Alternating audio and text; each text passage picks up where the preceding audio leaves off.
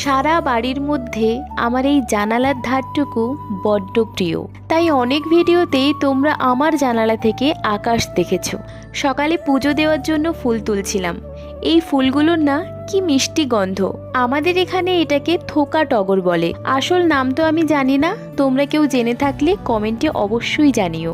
আজ ফুলের পরিমাণ অনেক কম, তাই এই দিয়েই পুজো সারলাম। কুনাল সকালে একটা বাতাবি লেবু এনেছিল, আর দুপুরে সেটা কাটছিলাম। কাটার সাথে সাথেই এত মিষ্টি গন্ধ পুরো ঘরটায় ভরে গেল, জানি না খেতে কেমন হবে। সবাইকে ভাগ করে দেওয়ার পর আমরা দুটো ভাগ করে বসেছি।